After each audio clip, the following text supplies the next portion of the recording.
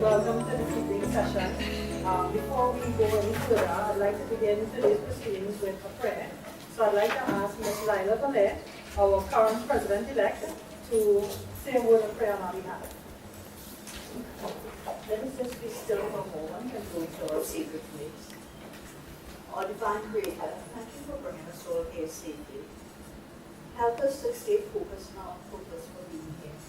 We fulfill our mission of providing personal and professional support for each other. Help us to grow in knowledge, wisdom, and understanding. Protect us and guide us and keep us home safe. Amen. Okay, thank you very much, Lila. So welcome again, everyone. I would just want to not spend a very long time because we don't have much time here, and I'm sure everybody came here, Dr. Landon, and not me. All right, so I just want to say to you, thanks very much for coming. And I'm Karina Chard. I'm the current president of pt1. And to my right here are other members of the executive, Dr. Karen Moore, Ali Maxime, Lina Jogi, and of course Lila Valet. We do have other members who are not here at this point in time, unfortunately, but nonetheless, if any of you will be with us over the next 2 days, you'll get to meet them at that point in time. We're very happy to be here this evening because, as some of you, all of you may be aware, we're currently in World Mental Health Month, and today in particular is World Mental Health Day. So very happy and very excited to be able to put forward this initiative for professionals in the field as well as members of the public to be able to benefit from persons like Dr. Landon who have much expertise in this particular area. So we're very happy to have her here. And as well as I mentioned just now, this is the first of 3 days that she's doing things with us. Over the next 2 days, we're having a professional development workshop for professionals in the field along similar lines, but and at the same time in an entirely different way.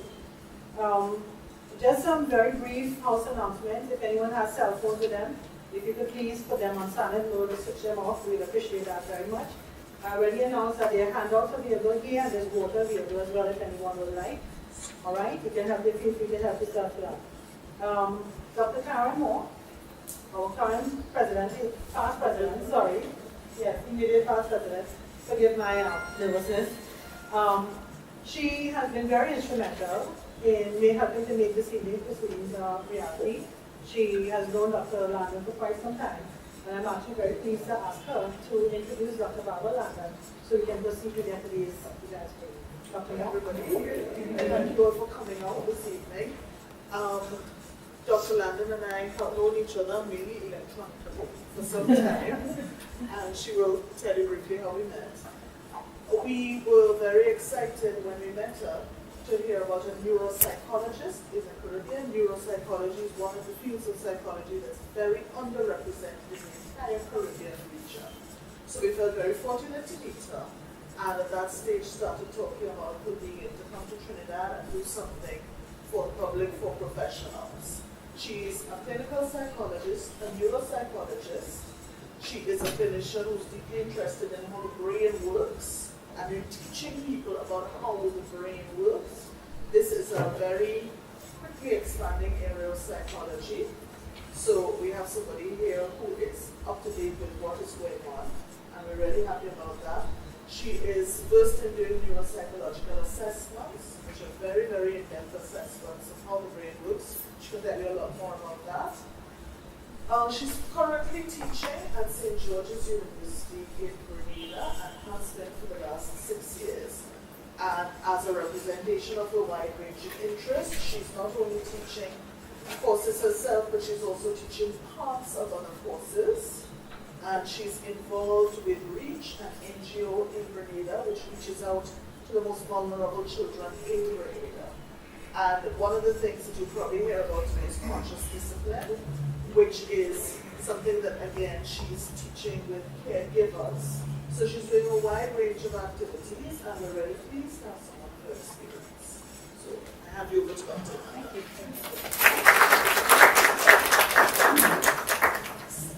So, as mentioned, I'm a neuropsychologist, and I like to talk about what neuropsychologists do because most people have no idea. And in fact, when I've introduced myself before, sometimes people say, oh, you're a nurse psychologist. No, it's neuro. Neuro means brain, means nerve.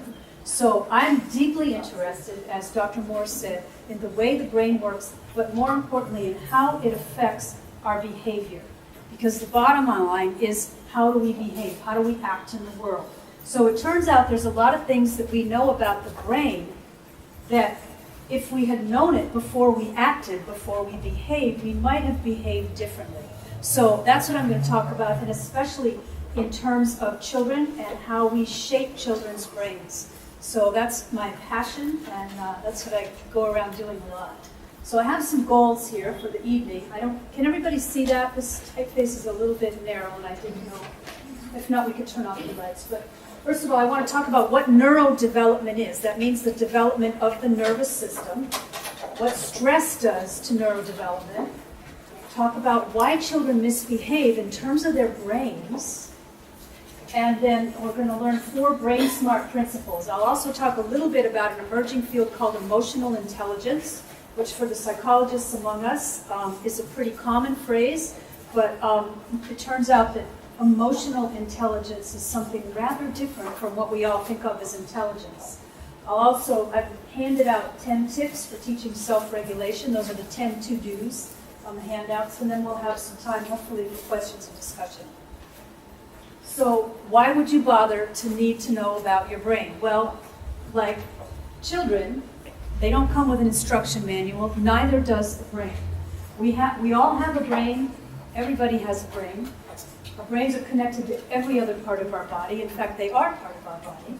And the brain is changing all the time. And I've got some pictures to illustrate that. So there it is. This is probably one of the most amazing and intricate things that you'll ever see in the entire solar system. This is probably one of the most amazing creations that we have. And when I say brain, I like to use the word brain, but what I'm really talking about is the nervous system. Sometimes when you say nervous system, it makes people feel nervous, so we're going to use the term brain, but brain actually means the brain plus the spinal cord plus all the nerves in your body, and it turns out you have a lot of them. So here's your nervous system. This is just your nerves. Blue, the brain, and the spinal cord, which is what carries messages up and down to your brain, from your body to your brain, is in the blue, and in the yellow is what we call the peripheral nervous system. So you have nerves. You have nerve endings in every finger, in every part of your tongue, the inside of your mouth, the bottoms of your feet. There are nerves throughout your body. Some of them are designed for really sensing pain. Some of them are designed for sensing movement. They have many different purposes, but the fact is our entire body is filled with nerves. We also call them neurons. So, as I said, this is the most complex system in the known universe. It's only 2% of your weight.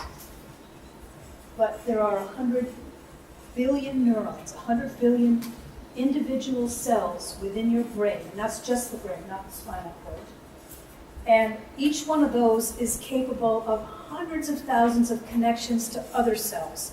So unlike your liver, where every single cell is exactly the same throughout your whole liver, or your stomach, or your lungs, all the cells are basically the same. In your brain, every cell is different.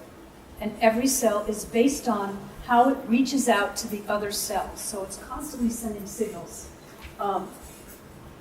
This is a cross-section. If I were to cut from here across, this is what your brain looks like. You can see there's a lot of space in there. Now that space is filled with fluid called cerebrospinal fluid, and that's part of what makes our brains healthy. They're they're kind of mushy, and they're inside a bath of liquid. So is your spinal cord.